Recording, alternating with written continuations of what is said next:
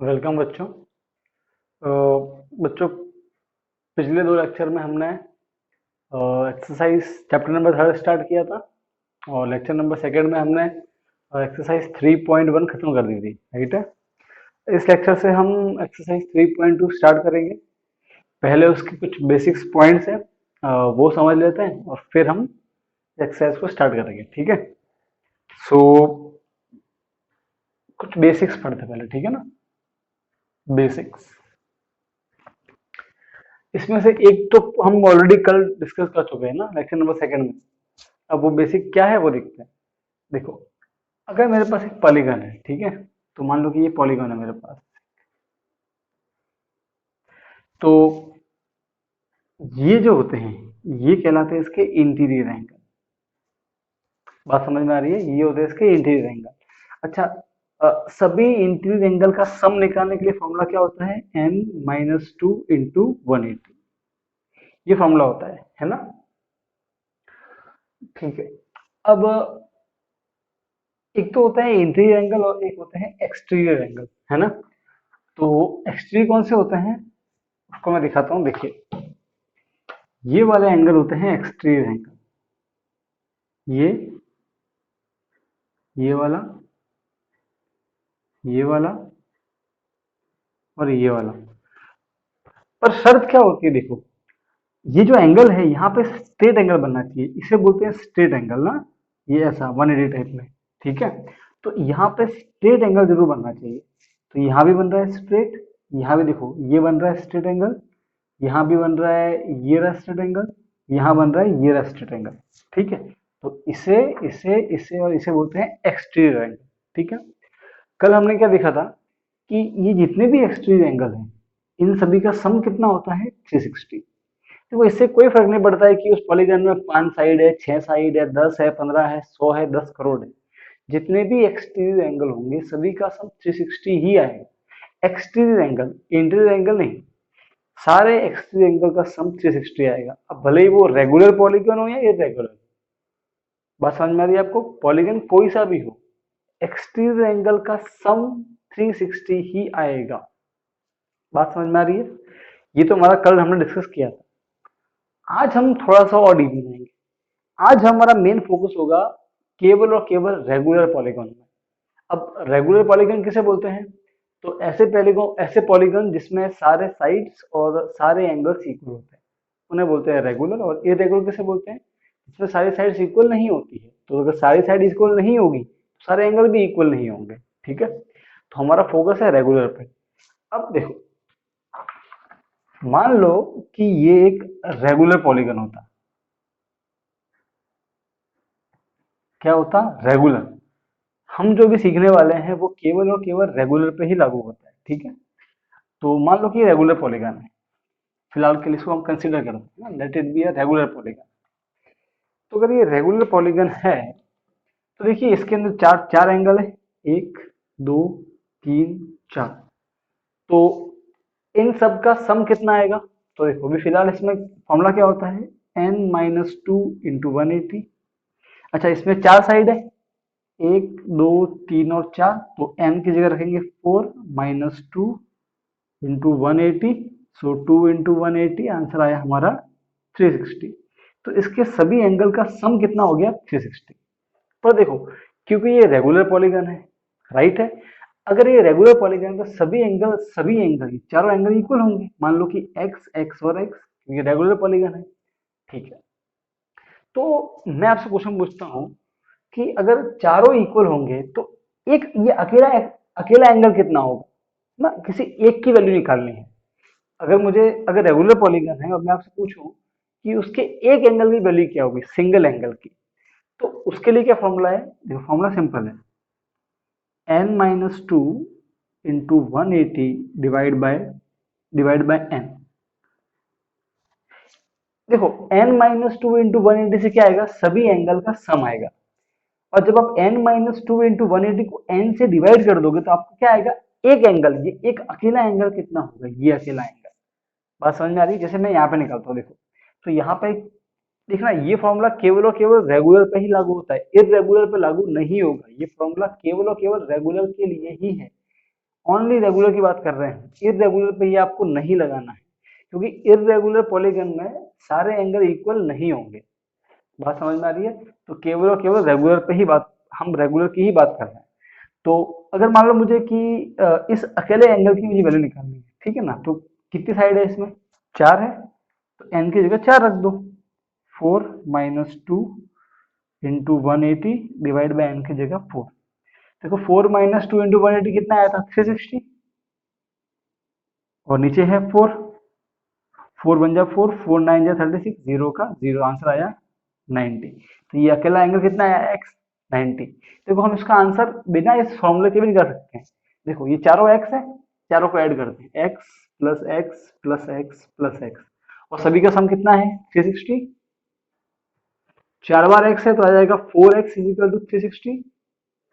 4 यहाँ मल्टीप्लाई, वहां जाके डिवाइड हो जाएगा, x is equal to 360 divide by 4। So 4 बन जाए 4, 4 9 जा 36, जीरो, आंसर आया 90। देखो अगर हम ऐसे सॉल्व करें तो भी आंसर 90 ही आ रहा है, और अगर मैं फॉर्मूले से निकालूं तो भी 90 ही आ रहा है। बात समझ में आ रही है? तो अगर मैं आपसे पूछूं कि एक पेंटागन है, मतलब उसमें 5 एंगल है और रेगुलर भी है, तो सभी पांचों एंगल इक्वल होंगे। एक मैं पूछूं सभी एंगल का सम कितना आएगा, तो आप ये लगाओगे n minus two into 180, n की जगह 5 रखोगे तो आपका पेंटागन का आंसर आएगा। मैं पूछूं अगर रेगुलर पेंटागन है, मतलब सारे एंगल इक्वल है, तो एक अकेले एंगल की वैल्यू कितनी होगी? एक एंगल की, ओनली वन। उसके लिए ये फॉर्मूला लगाओगे, n minus two into 180 divide bye n। एक और एग्जांपल लेते हैं।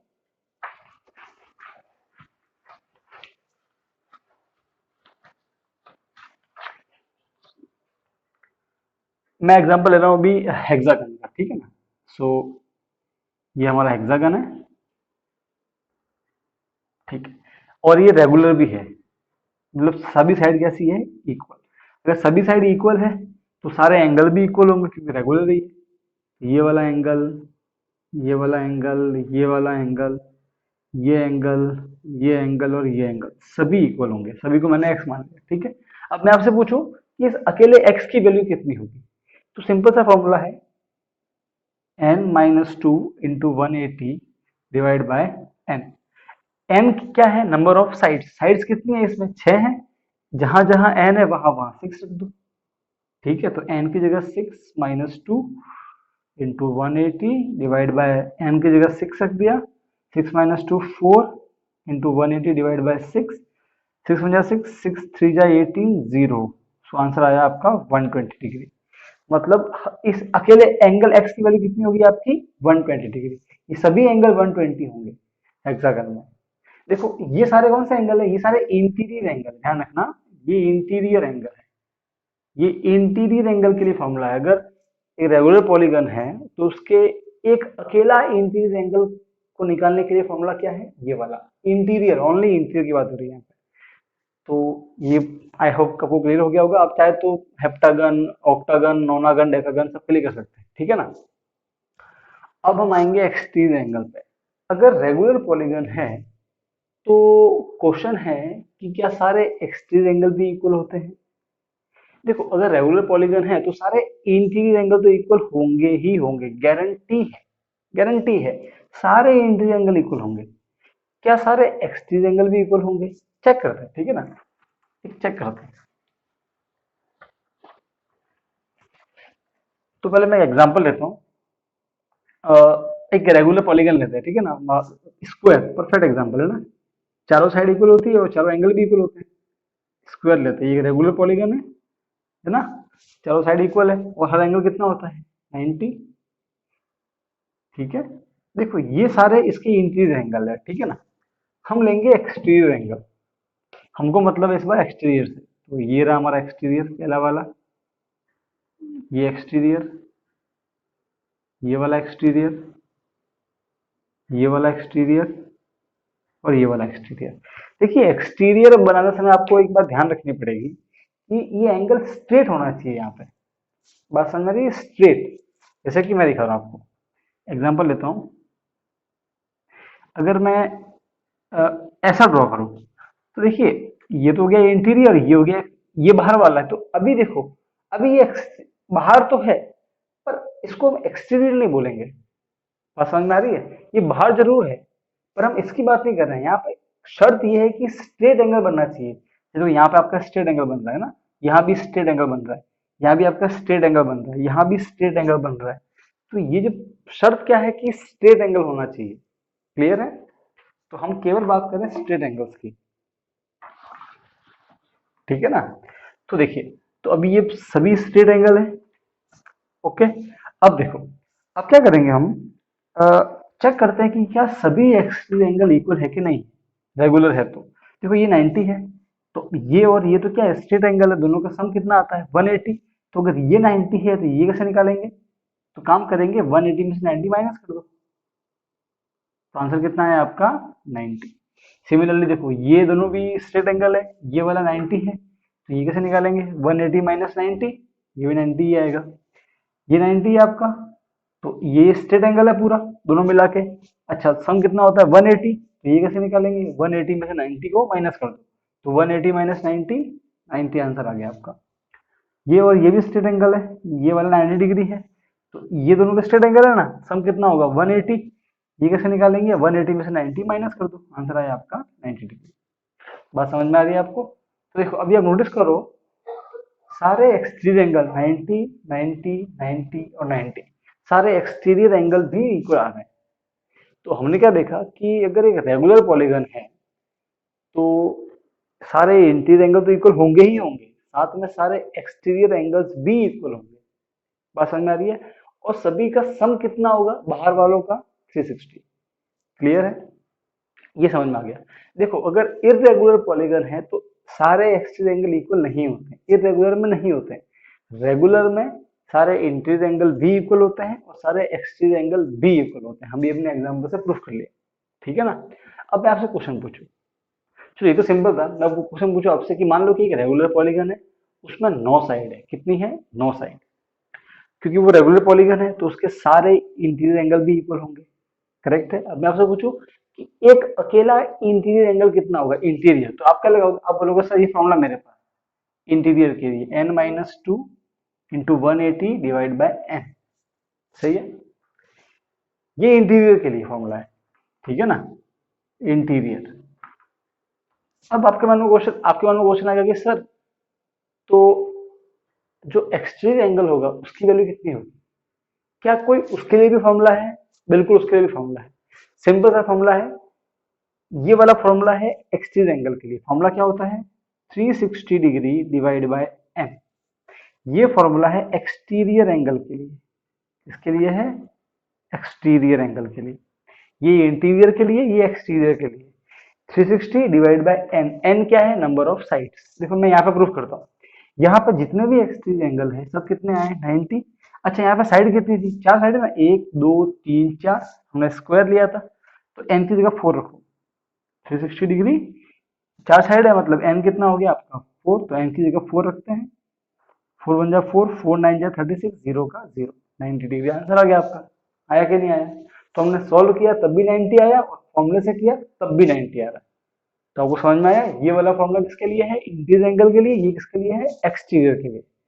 इंटीरियर के लिए क्या है n minus two into 180 divide bye n, exterior के लिए क्या है 360 डिग्री डिवाइड बाय n, जहां पे n क्या है नंबर ऑफ साइड्स। एक एग्जांपल लेते हैं एक और।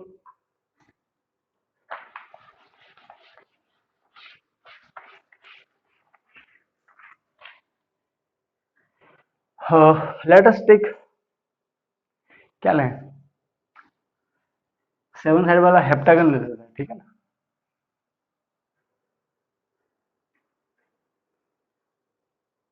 एक दो तीन चार पाँच छः सात और आठ, कितना हो गया साइड, 1 2 3 4 5 6 7 8, ऑक्टागन ले लिया। ठीक है? मान लो कि ये रेगुलर है, क्या है ये रेगुलर है। अब मैं आपसे पूछूं कि ये जो एक्सटीरियर एंगल है ना, ये एक्सटीरियर एंगल, क्योंकि ये रेगुलर है तो सभी एक्सटीरियर एंगल जो भी होंगे वो कैसे होंगे, सारे इक्वल होंगे। बात समझ में आ रही है? ये सारे एक्सटीरियर एंगल इक्वल होंगे। अब मैं आपसे पूछूं कि ये अकेला कितना होगा, देखो सभी का सम तो 360 है, एक्सटीरियर का सम 360 होता है। मैं पूछूं एक अकेला कितना होगा, एक अकेला, तो उसके लिए फॉर्मूला क्या होता है, सिंपल है 360 degree divide by n. N क्या होता है, नंबर ऑफ साइड्स, यहाँ पे ऑक्टागन है तो एन हो जाएगा हमारा 8, एन की जगह 8 पुट कर दो। सो 360 डिग्री डिवाइड बाय 8, कैंसिल करते हैं, 4 2 जा, ठीक है, 4 9 जा 36, 0 आ गया, 2 1 जा 2, 2 4 जा 8, 1 2 5 जा 10, 45 डिग्री आपका आंसर आ गया। तो ये सभी एंगल कितने होंगे, 45 45 45 45 45 45 45 और 45, सभी कितने होंगे, 45 ही होंगे, क्योंकि रेगुलर है तो सारे जो होंगे एक्सट्रीम एंगल वो कैसे होंगे, इक्वल होंगे। बात समझ में आ रही है? तो ये है हमारा बेसिक कंसेप्ट। दो फॉर्मूले ध्यान रखना है, बस इन्हीं दो फॉर्मूले में पूरी हमारी एक्सरसाइज चलती है, ठीक है, बहुत ही ईजी है। अभी हम एक्सरसाइज स्टार्ट करेंगे, ठीक है ना, चलिए।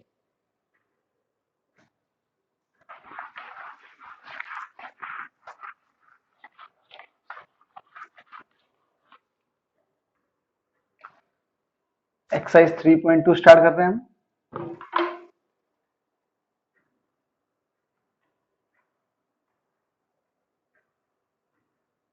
क्वेश्चन नंबर 1 क्या है, फाइंड एक्स, एक्स की वैल्यू ढूंढनी है हमने, ठीक है। अब एक्स क्या है, अ,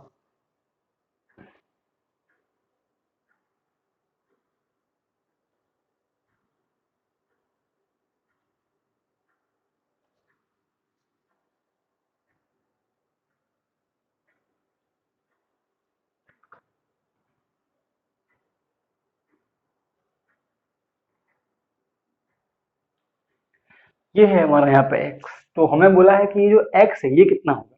अब ध्यान से देखो, तो ये एक्स, ये 125 और ये 125 सभी एक्सटीरियर एंगल है ना। देखो यहाँ भी बन रहा है स्ट्रेट एंगल, यहाँ भी बन रहा है स्ट्रेट एंगल, यहाँ भी बन रहा है स्ट्रेट एंगल, तो सारे कैसे हैं, एक्सटीरियर है। अब सभी एक्सटीरियर का सम कितना आता है, 360 डिग्री। तो x plus 125 plus 125 is equal to 360, इनको ऐड करते हैं, x प्लस 200 250 आंसर आ जाएगा, ये 360 उधर भेजेंगे, प्लस क्या बन जाएगा, माइनस, तो 360 degree minus 250, so our answer will be 110, 110 110 आपका आंसर आ गया। इजी है ना, बहुत इजी क्वेश्चन था। क्वेश्चन नंबर बी है, उसमें मैं आपको हिंट दूंगा, करना आपको खुद को है, ठीक है ना, बहुत ही इजी है, वो भी सेम कंसेप्ट से हो जाएगा एकदम, ठीक है ना, चलिए।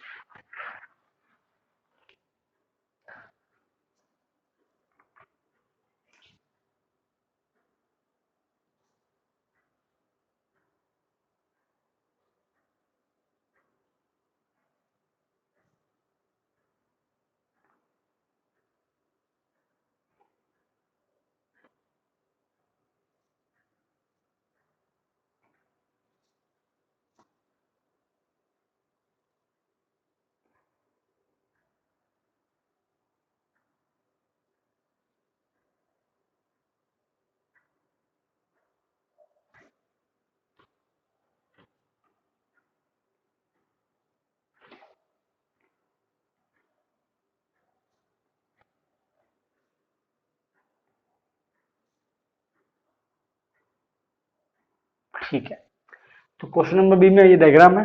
अब हमें बोला है कि ये एक्स, इसकी ढूंढनी है वैल्यू। अब ध्यान से देखो, यहाँ भी बन रहा है स्ट्रेट एंगल, यहाँ भी बन रहा है स्ट्रेट एंगल, यहाँ भी बन रहा है स्ट्रेट, यहाँ भी स्ट्रेट है और यहाँ भी स्ट्रेट है। पहले ये चेक करना है, अगर सभी एंगल स्ट्रेट है तो ये वाला एंगल, ये वाला, ये वाला, ये वाला और ये वाला क्या बन जाएंगे, एक्सटीरियर एंगल। ध्यान रखिएगा, ये वाला एक्सटीरियर नहीं, तो इसके अंदर आया हुआ, फोटो के अंदर है, ये इंटीरियर है, हमको इससे मतलब है, ठीक है। तो हमको ये एक्स निकालना है। अब मुझे मालूम है कि जब मैं इन सभी को ऐड करूंगा, आंसर कितना आएगा मेरा, कितना आएगा, 360 आएगा। Sum of all exterior angle is equal to 360 degree, ठीक है। और देखो दिक्कत ये है कि पहले मुझे ये एंगल मालूम होना चाहिए, तो निकाल देंगे। हम जानते हैं कि ये वाला क्या है, एक स्ट्रेट एंगल है, तो दोनों का सम कितना हो जाएगा, 180। अब इस बॉक्स का मतलब क्या होता है कि ये 90 डिग्री है, तो ये कितना हो जाएगा, 180 में से 90 माइनस कर दो, 90 आएगा। अब यहाँ पर बॉक्स बनाया हुआ है, इस बॉक्स का मतलब क्या होता है, 90 डिग्री, क्लियर है। तो अब आपको x निकालना है, कैसे निकालोगे, x plus 90 plus 60 plus 90 plus 70 is equal to 360, सभी को ऐड करना, उधर भेजना, आपकी x की वैल्यू आ जाएगी। सिंपल है क्वेश्चन, बस इसमें हल्की सी हिंट ध्यान ही रखना है कि हमको ये 90 निकालना था, तो हमने कैसे निकाल दिया, स्ट्रेट एंगल की प्रॉपर्टी यूज करके। ठीक है, तो इतना ही इजी क्वेश्चन है हमारा क्वेश्चन नंबर बी भी।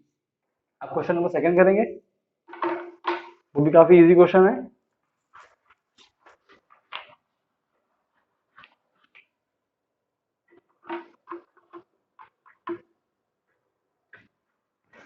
क्वेश्चन नंबर 2 देखिए क्या है,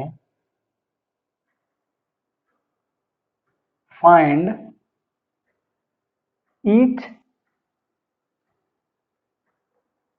exterior angle of a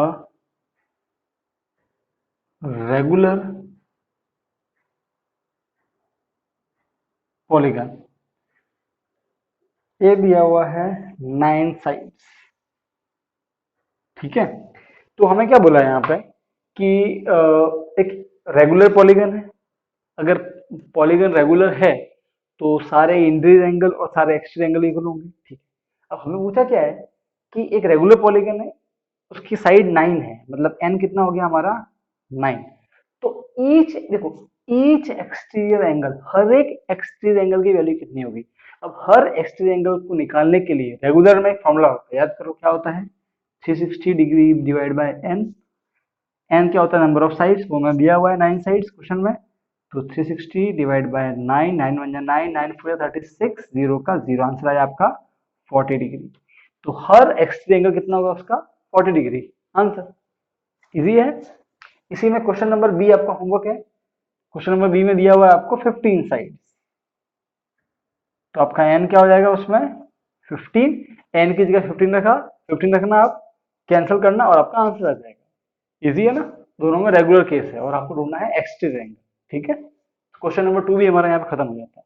question number 3 करेंगे अब। ठीक है,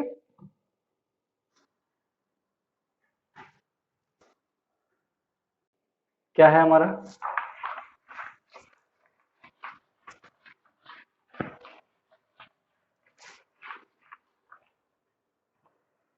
question number 3,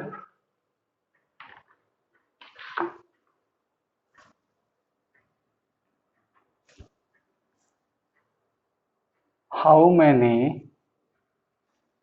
sides does a regular polygon have if measure of an exterior angle is 24 degree. ठीक है, इजी क्वेश्चन है। देखो, how many sides does a regular polygon है, तो हमें यहाँ क्या निकालना है कि एक पॉलीगन है, रेगुलर है, मतलब सभी साइड इक्वल होंगी। सभी साइड इक्वल है मतलब सारे इंटीरियर एंगल भी इक्वल होंगे और सारे एक्सटीरियर एंगल भी इक्वल होंगे। ठीक है, अभी अब बात किसकी की है, इंटीरियर के एक्सटीरियर की। तो देखो बात की है ई एक्स टी एंगल, मैंने शॉर्ट फॉर्म लिखा है, एक्सटीरियर की बात की है। अब रेगुलर पॉलीगन के लिए हर एक्सटीरियर एंगल कितना होता है, तो देखो, so angle is equal to 360 degree divide by n, जहाँ पे एन क्या होता है, नंबर ऑफ साइड। जब आप 360 को एन से डिवाइड करते हो तो आपको क्या मिलता है, एक एंगल मिलता है। यस और नो, करेक्ट है। ठीक है, अच्छा अब देखो, हमें यहाँ क्या मालूम, हमें यहाँ पे निकालना है number of sides. How many side, हमको एन मालूम नहीं है, हमको एन नहीं मालूम है, पर हमको एंगल मालूम है। एंगल कितना है हमारा 24 डिग्री। बात समझ में आ रही है, तो बस कुछ नहीं करना है, जहां पे एंगल है वहां पे 24 रखना है और एन को इस बार एन ही रखना है। तो एंगल की जगह 24 रखा, is equal to 360 divide by n. अच्छा नोटिस करो, ये एन यहाँ पे देखो डिवाइड में है, तो वहां जाके क्या हो जाएगा, मल्टीप्लाई हो जाएगा। So 24 into n is equal to 360 degree. बात समझ आ रही है, ये यहाँ डिवाइड में था, वहां जाके मल्टीप्लाई हो गया। तो देखो ये 24 यहाँ पे मल्टीप्लाई में है, तो वहां जाके क्या बन जाएगा, divide. So n is equal to 360 degree divide by 22। Cancel out करेंगे इसको, 24 सॉरी 22 नहीं है 24 है। 4 6 जा 24, 4 9 जा 36, 0, 6 आ गया, 6 वन जा 6, 6 वन जा 6, 3, 6 5 जा 30, आंसर आया 50। तो आपका नंबर ऑफ साइड कितनी आ गई 50, एन कितना आ गया आपका 50। जस्ट कैंसिल करना है, कैसे किया देखो, फॉर्मूला क्या होता है, angle is equal to 360 degree divide by N.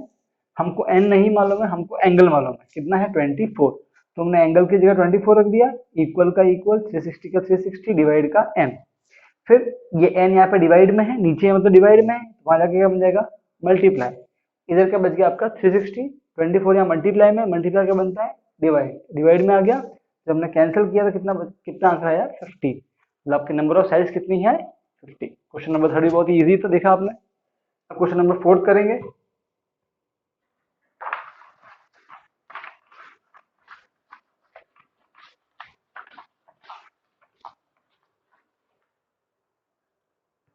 Question number 4 क्या है,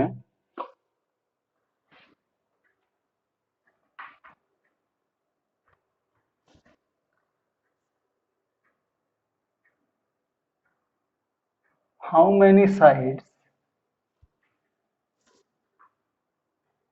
डज अ रेगुलर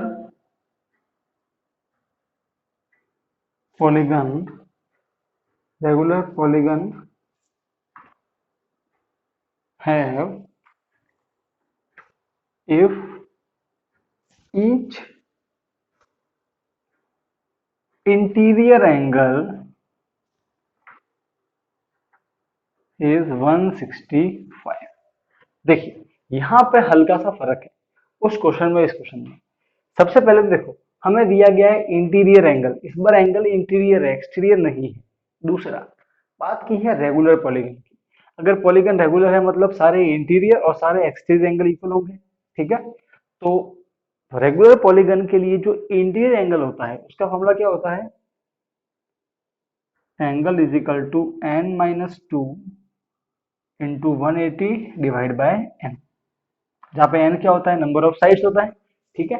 अभी देखो हमें हाउ मेनी साइड्स, तो हमें एन तो निकालना है, हमें एन मालूम नहीं है, साइड्स तो मालूम नहीं है, पर हमें एंगल मालूम है 165। हमें एंगल दिया हुआ है 165, ठीक है। तो हम एंगल की जगह क्या रखेंगे 165, तो रखते हैं एंगल की जगह रखा 165, इक्वल का इक्वल, ब्रैकेट एन हमें मालूम नहीं है तो एन का एन, टू ब्रैकेट बन इंटू 180 डिवाइड बाय एन आ गया आपका, ठीक है। एन यहाँ पे देखो ये वाला एन यहाँ पे डिवाइड में वहां जाके मल्टीप्लाई हो जाएगा, ठीक है ना। तो 165 यहाँ पे मल्टीप्लाई हो गया एन। अब देखो यहाँ पे ये 180 है, तो 180 पहले इससे मल्टीप्लाई होगा, फिर 180 इससे मल्टीप्लाई होगा, क्योंकि यहाँ पे ब्रैकेट है ना बेटा। ब्रैकेट का मतलब होता है कि ये वाला पहले इससे मल्टीप्लाई होगा, बाद में इससे मल्टीप्लाई होगा। तो 180 इंटू एन, सो 180 एन हो जाएगा, माइनस का माइनस, फिर 2 इंटू 180, सो 2 जीरो जा जीरो, 2 8 जा 16 का 6, कैरी का 1, 2 1 जा 2, 2 प्लस 1 3। तो आपका आंसर आया 360 डिग्री, ठीक है। अब एक काम करते हैं, देखो इसको इधर लेके आते हैं, ठीक है ना। तो देखो इधर तो 165 पहले से ही है, 165 एन, ये माइनस है क्या बन जाएगा प्लस 360 इज इक्वल टू, इधर क्या बच जाएगा आपका 180 एन। क्लियर है। अच्छा अब ये 165 इधर है, देखो काम करेंगे हम, एन यहाँ भी एन है यहाँ भी एन है, तो इन दोनों को एक साइड में लेके जाते हैं, ठीक है ना। हमेशा ऐसा किया करो, जहां पे लाइक टर्म्स होते हैं उनको एक तरफ रखो। तो देखो ये 165 के आगे कुछ नहीं मतलब प्लस है, प्लस को लेके जाओ इधर तो क्या बन जाएगा माइनस, तो इसको उधर लेके जाते हैं हम। तो देखो इधर क्या बचेगा आपका 360, इधर इधर है 180 और माइनस क्या आया 165। अब देखो ये दोनों लाइक टर्म्स है, 180 में 165 गया, कितना बचेगा, सो 15 बचेगा। सो आंसर इज 15 एन, और यहाँ आया आपका 360 डिग्री। क्लियर है। अच्छा मैं यहाँ सॉल्व कर रहा हूँ, देखो ये 15 यहाँ पे मल्टीप्लाई में है, 15 इंटू है मल्टीप्लाई में है, तो यहाँ क्या बन जाएगा divide, so 360 degree divide by 15 is equal to n. इसको कैंसिल करेंगे, 15 बन जाए 15, 15 टू जा 30, 30 पे 6 बचा, 15 4 जा, सो हमारा answer is 24, n is equal to 24 आपका आंसर आ गया, ठीक है। तो कितने नंबर ऑफ साइड्स है 24। तो इस क्वेश्चन में क्या दिया होता, सबसे पहले बात की है इंटीरियर एंगल की, फॉर्मूला क्या होता है उसका, n minus two into 180 divide bye n।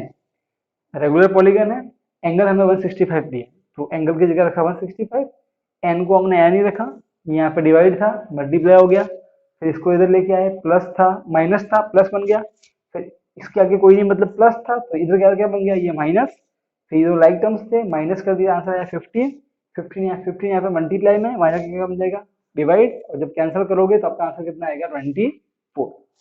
तो ऐसे आपका क्वेश्चन नंबर 4 होगा। तो आप नोटिस कर रहे होंगे ज्यादा टफ नहीं है, सिर्फ सॉल्व करना है इसको, ठीक है ना। तो ये हमारा क्वेश्चन नंबर 4 खत्म होता है। अब क्वेश्चन नंबर 5 करेंगे।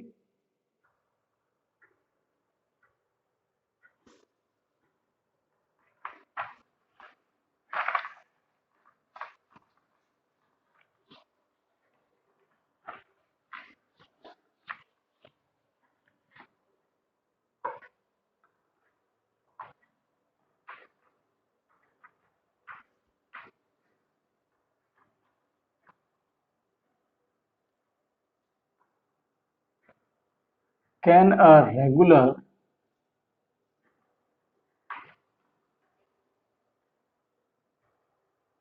Can a regular polygon have each exterior angle as 22 degree. देखिए बहुत ही अच्छा क्वेश्चन है। क्वेश्चन नंबर 5 में दो क्वेश्चन है, ए और बी। पहले ये वाला करते हैं। क्वेश्चन क्या है, कैन अ रेगुलर पॉलीगन। तो पहले बात हो रही है रेगुलर पॉलीगन की ना, ये बात नोट करो, रेगुलर पॉलीगन है मतलब सारे एंगल इंटीरियर और एक्सटीरियर इक्वल होंगे, ठीक है।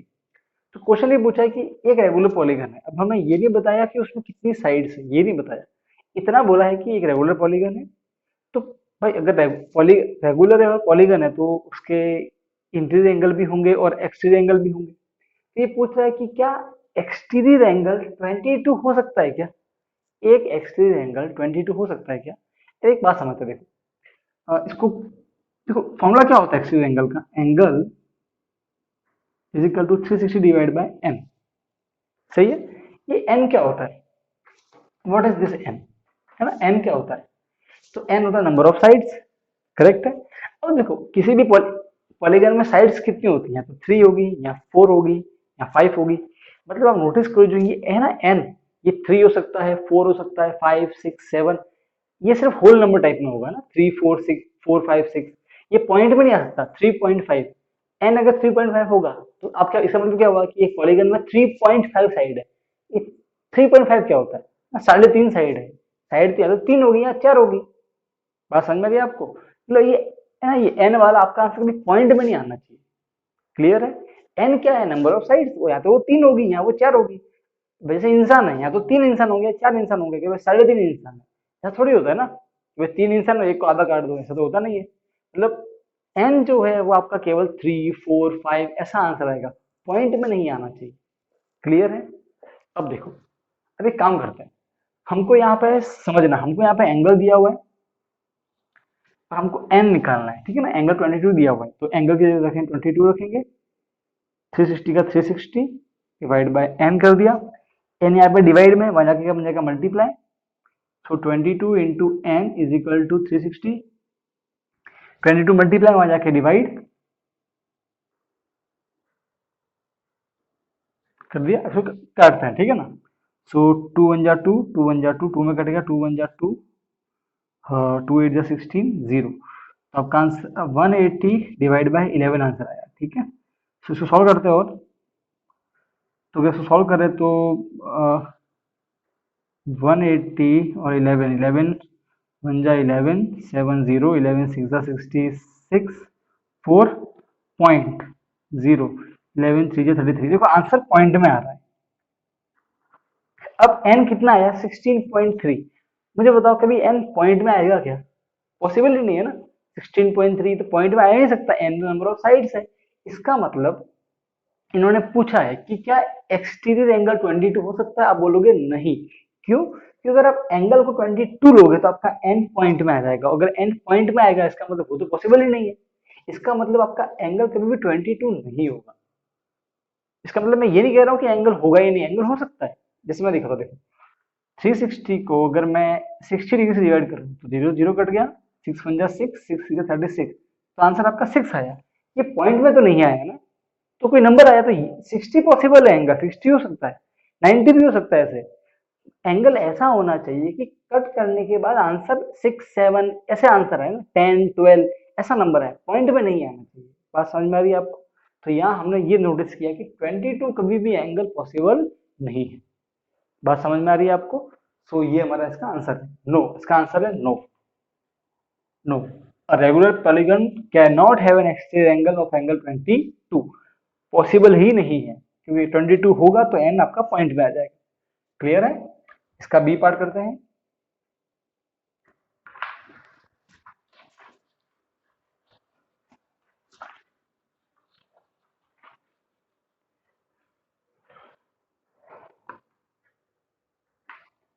बी पार्ट भी कुछ ऐसा ही है। ए पार्ट में बात की थी एक्सटीरियर की, अब बात करेंगे हम इंटीरियर की, ठीक है ना? सो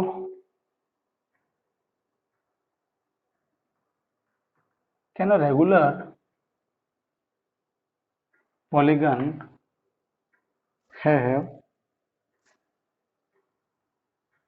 इंटीरियर एंगल ईच, क्या हर एंगल इंटीरियर एंगल एस 22? अब इसमें क्या पूछा देखो, कि एक रेगुलर पॉलीगन है तो सारे इंटीरियर एंगल और सारे एक्सटीरियर इक्वल होंगे, ठीक है। यहाँ बात की है आई एन टी एंगल, मतलब इंटीरियर, मैंने शॉर्ट फॉर्म में लिखा है। तो इंटीरियर एंगल के लिए फॉर्मूला क्या होता है, याद करो, रेगुलर के लिए तो angle is equal to n minus two into 180 divide by n. ये पूछ रहा है कि क्या ये इंटीरियर एंगल 22 हो सकता है?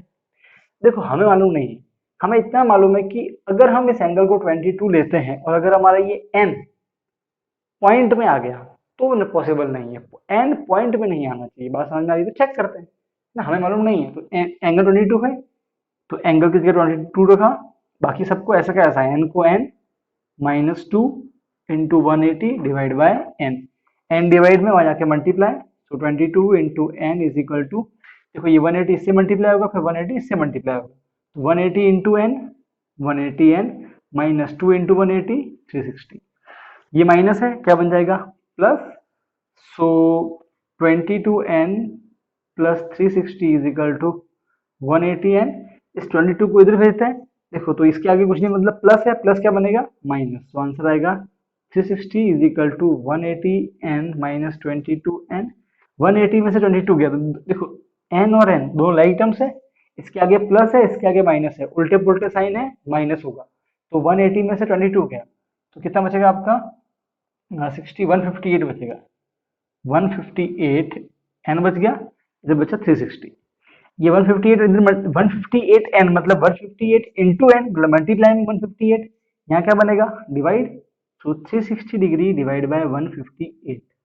अब देखो अगर आप इसको डिवाइड करोगे ना, आप क्या कर सकते हैं, इसका आंसर पॉइंट में आएगा, गारंटीड पॉइंट में आएगा। और समझ में आ रही है आपको, क्योंकि 158 में 360 कभी कटेगा नहीं एग्जैक्टली, आंसर पॉइंट में आएगा, मतलब आपका एन पॉइंट में आएगा। एन क्या है, नंबर ऑफ साइड्स, और नंबर ऑफ साइड्स कभी पॉइंट में नहीं आ सकती। क्लियर है? इसीलिए हम आपके बोलेंगे कि तो ऐसा कोई दुनिया में रेगुलर पॉलीगन है ही नहीं जिसका हर इंटीरियर एंगल 22 हो, ऐसा है।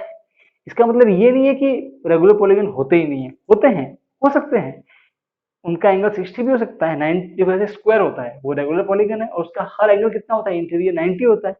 पर ऐसा कोई पॉलीगन आप नहीं बना सकते, ये इम्पॉसिबल है कि एक ऐसा पॉलीगन आप बना सको जिसका हर इंटीरियर एंगल 22, इम्पॉसिबल है ये, क्योंकि अगर ऐसा हो गया तो आपका एन तो पॉइंट में आएगा, और एन तो नंबर ऑफ साइड्स है, और नंबर ऑफ साइड्स तो कोई पॉइंट में हो ही नहीं सकती है, वो तो 3 होगी या फिर 4 होगी या फिर 5 होगी, ऐसे वो सिंपल सिंपल नंबर होंगे, पॉइंट में नहीं हो सकता। क्लियर है? तो इस हिसाब से इसका हमारा आंसर हो गया नो, इसका भी आंसर है नो। तो क्वेश्चन 5 का ए का आंसर था नो, बी का आंसर भी है नो। अब हम करें क्वेश्चन नंबर